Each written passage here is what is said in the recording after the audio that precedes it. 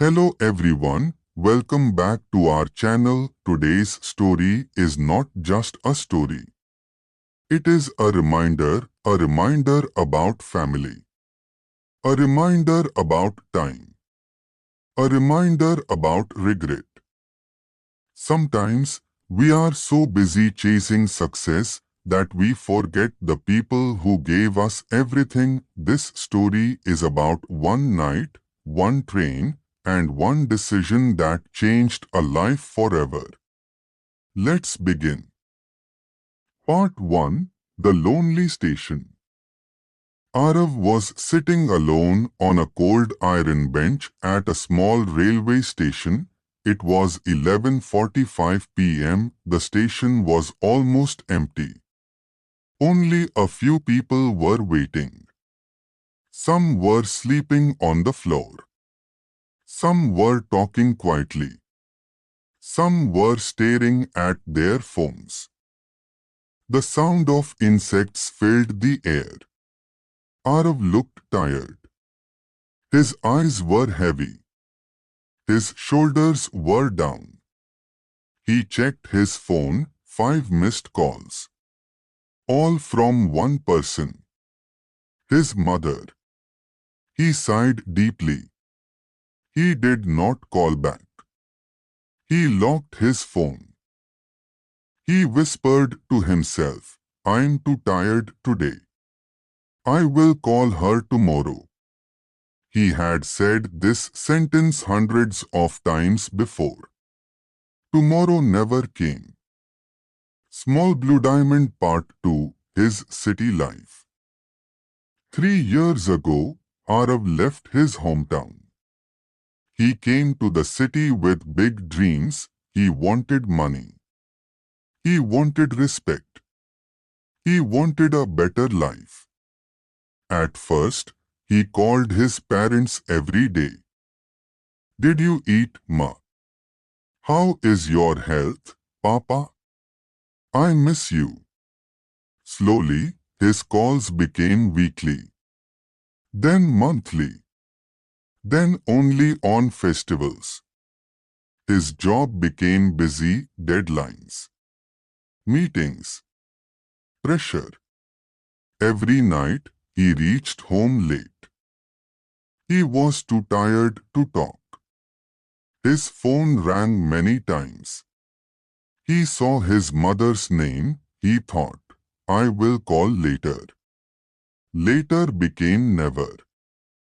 Part 3. The Missed Moments. One day, his father fell sick. His mother called him. "Arav, your father is not well."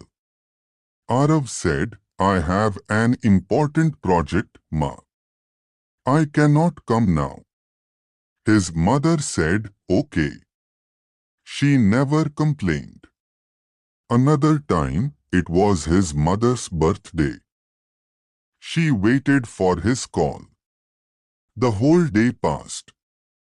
The night passed. No call. She looked at the door again and again.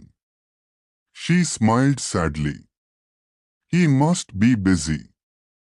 She never told him that she cried that night.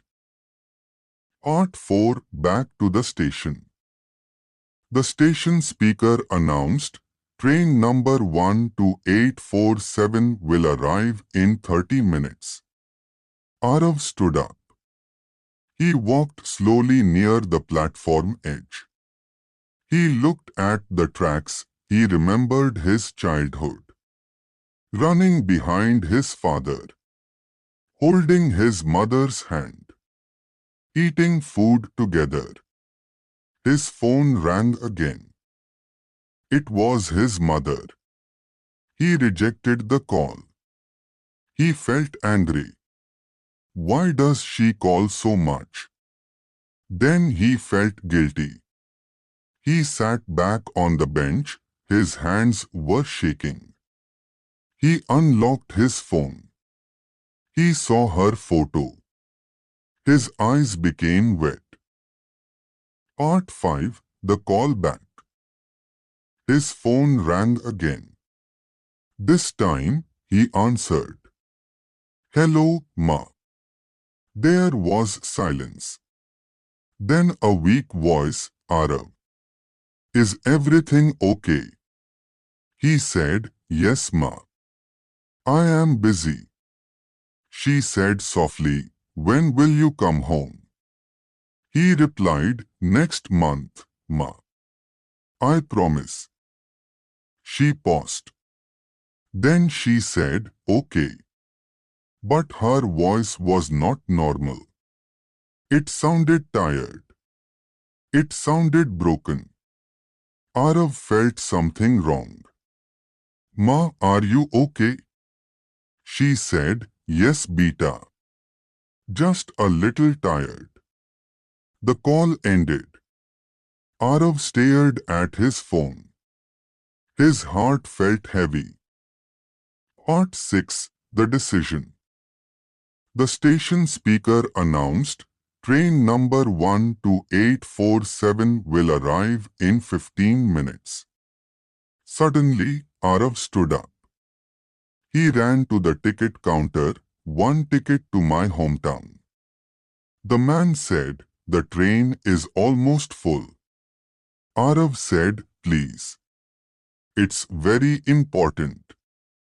The man looked at his face. He gave him a ticket. Arav thanked him. He ran to the platform. He boarded the train. He sat near the window. For the first time in years, he felt scared. Part 7. The journey. The train started moving. Arav looked outside. The city lights disappeared. Dark fields appeared. His mind was full of memories. He remembered his mother waiting at the door, his father smiling proudly, family dinners, festivals. He whispered, "I'm sorry." Tears rolled down his face. He didn't care who was watching. He closed his eyes. He prayed, "Please let her be okay." Part 8. The hometown. It was early morning. The train stopped. Arav got down. He breathed deeply. The air smelled familiar. He took an auto. He stood outside his old house. The door was open. His heart was beating fast. "Ma?" No answer. He went inside slowly. His mother was lying on the bed. She opened her eyes. She smiled. "You came." Tears fell from Arav's eyes. "I'm sorry, Ma. I'm so sorry." She held his hand. "I was waiting." Part 9. The truth. His father came inside. He looked older, weaker. He said, "She didn't want to tell you. She was sick. She waited for you." His father came inside. He looked older, weaker. He said, "She didn't want to tell you. She was sick. She waited for you." Arav fell on his knees. He cried like a child. "I failed you." His mother touched his face. "No, beta. You came." End message. Friends, we all say, "I will do it tomorrow. I will call later. I will visit next month."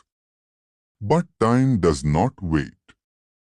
People do not wait forever. If someone loves you, don't ignore them. Call your parents today. Visit them. Tell them you love them. Because one day, you may not get another chance.